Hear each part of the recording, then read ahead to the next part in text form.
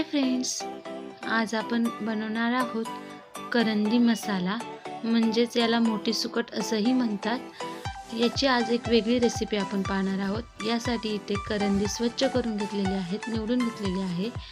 आता ही करंदी आपल्याला भाजून घ्यायची आहे।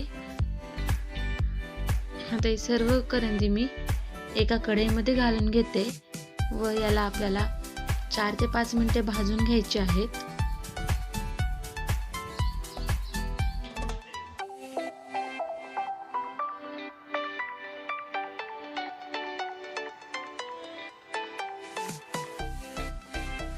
हे पहा, इथे करंदी भाजून झाली। ही करंदी आता मी पाण्यामध्ये अर्धा तास भिजत ठेवणार आहे। आता कढईमध्ये मी तेल गरम करायला ठेवलेलं आहे। यामध्ये आपल्याला अर्धा चमचा जिरं घालून घ्यायचं आहे। जिरं तडतडलं की आता आपण यामध्ये लसूण घालून घ्यायचं आहे। ठेचलेल्या लसणाच्या पाकळ्या मी इथे ऍड केलेल्या आहेत।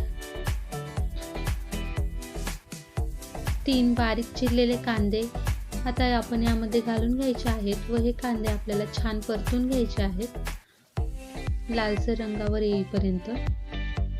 आता हे कांदे परतलेले आहेत। आपण सुके मसाले ऍड करू।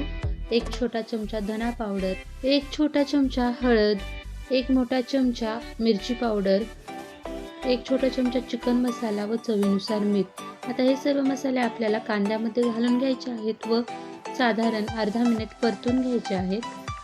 तिखटचे प्रमाण तुम्ही कमी जास्त करू शकता आणि चिकन मसाल्याऐवजी तुम्ही गरम मसालाही वापरू शकता। आता हे आपण छान परतून घ्यायचे।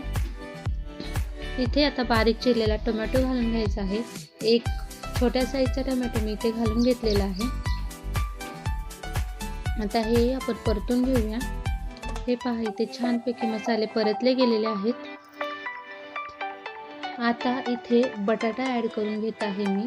1 मोठ्या साईजचा बटाटा असे छोटे तुकडे करून आपल्याला यामध्ये घालून घ्यायचा आहे व यालाही आपल्याला या मसाल्यांबरोबर परतून घ्यायचं आहे। इथे 2 कोकम घालत आहेत।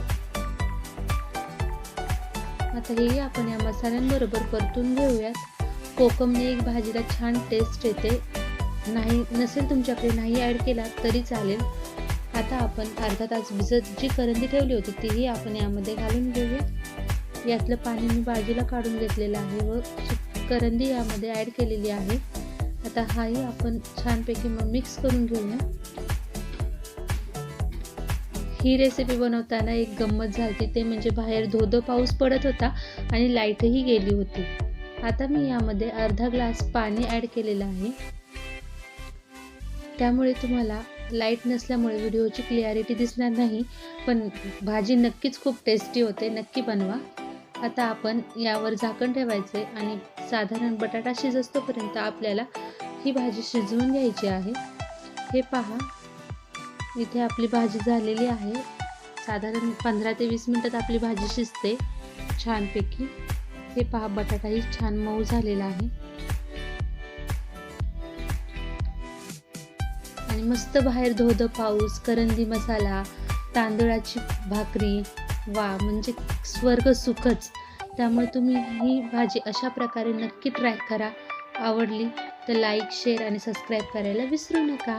आता इथे मी थोडीशी कोथिंबीरही ॲड केलेली आहे। हे पहा, आपली करंदी मसाला झटपट तयार झालेला आहे। तुम्हाला ही रेसिपी कशी वाटली ते नक्की कमेंट बॉक्समध्ये सांगा।